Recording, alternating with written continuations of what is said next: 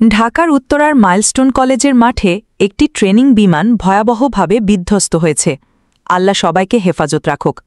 এই ক্যাপশন লিখে গতকাল সোমবার সামাজিক যোগাযোগ মাধ্যম ফেসবুকে সালমান মাহবুব নামের এক ব্যবহারকারী দুটি ছবি পোস্ট করেন। মন্তব্যের ঘরে এক ব্যবহারকারী জানতে চান ছবিগুলো ঘটনাস্থলের কিনা। উত্তরে মাহবুব লেখেন, এসব ছবি মাইলস্টোন কলেজের। পরে যাচাই করে দেখা যায় ছবিগুলো আসল নয়। তথ্য যাচাইকারী প্রতিষ্ঠান ডিসমিসল ল্যাব নিশ্চিত করে ছবিগুলো কৃত্রিম বুদ্ধিমত্তা বা এআই ব্যবহার করে বানানো। গতকাল মাইলস্টোন স্কুল অ্যান্ড কলেজের একটি ভবনে বিমানবাহিনীর একটি যুদ্ধবিমান বিধ্বস্ত হয়। এ ঘটনার পরপরই সামাজিক যোগাযোগ মাধ্যমে ছড়িয়ে পড়তে থাকে একের পর এক ভুয়া ছবি। দূরবীন নিউজ নামে একটি ফেসবুক পেজ ঘটনাটি নিয়ে একটি পোস্ট দেয়।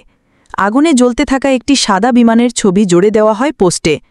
পরে তথ্য যাচাইকারী প্রতিষ্ঠান রিউমার স্ক্যানার যাচাই করে দেখে এই ছবিও ভুয়া।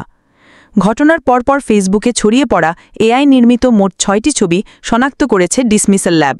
প্রতিষ্ঠানটি বলছে ছবিগুলোই দৃশ্যমান অসঙ্গতি ছিল যা সন্দেহ তৈরি করে।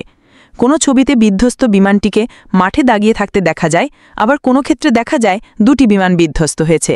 এর কোনোটি সঠিক নয়। ডিসমিসল ল্যাব জানিয়েছে একটি ছবিতে স্কুল ও কলেজ বানান ভুল। সচরাচর এমন ভুল এআই ব্যবহার করে বানানো ছবিতে দেখা যায়। এছাড়া অধিকাংশ ছবিতে আগুনের অবস্থান ও বিমানের গঠন কাঠামোর সঙ্গে বাস্তবতার সঙ্গে মিল নেই। যাচাইকৃত এসব ছবি এআই দিয়ে বানানোর প্রবল সম্ভাবনার ইঙ্গিত দেয়। এসব অসঙ্গতি দেখে বোঝা যায় এআই দিয়ে বানানো ছবিগুলোর উদ্দেশ্য ছিল বিভ্রান্তি ছড়ানো। উত্তরায় বিমান বিধ্বস্তের পর এআই দিয়ে বানানো এসব ছবি ফেসবুকে ছড়িয়ে পড়ে। রিউমার স্ক্যানারের অনুসন্ধানে দেখা গেছে দেশের একটি জাতীয় দৈনিকের ফেসবুক পেজ থেকেও এআই নির্মিত একটি ছবি ছড়ানো হয়েছে, যদিও পরে ছবিটি সরিয়ে নেওয়া হয়। ডিসমিসল ল্যাব ও রিউমার স্ক্যানারের বিশ্লেষণ করা পেজগুলোতে আজ সকালে গিয়ে দেখা যায় অনেকেই এআই দিয়ে বানানো ছবিগুলো সরিয়ে ফেলেছেন, তবে সাধারণ ব্যবহারকারীর অ্যাকাউন্ট থেকে শেয়ার করা এসব ছবি এখনও রয়ে গেছে। বিশ্লেষকরা বলছেন এমন ভুয়া ছবি ছড়ানোর পেছনে ক্লিকবেইট, ফলোয়ার বাড়ানো সহ নানা উদ্দেশ্য থাকে। দুর্ঘটনার সময় ছড়ানো এ ধরনের ভুয়া ছবি সাধারণ মানুষকে বিভ্রান্ত করছে বলে মন্তব্য করেন ঢাকা বিশ্ববিদ্যালয়ের তথ্য ও প্রযুক্তি প্রতিষ্ঠানের পরিচালক বি.এম. মইনুল। তিনি বলেন, দুর্ঘটনার পরিস্থিতিতে ভুয়া ছবি থেকে গুজব ও আতঙ্কের সৃষ্টি হতে পারে। সেক্ষেত্রে বড় ধরনের সামাজিক বিশৃঙ্খলা সৃষ্টিরও শঙ্কা তৈরি হয়।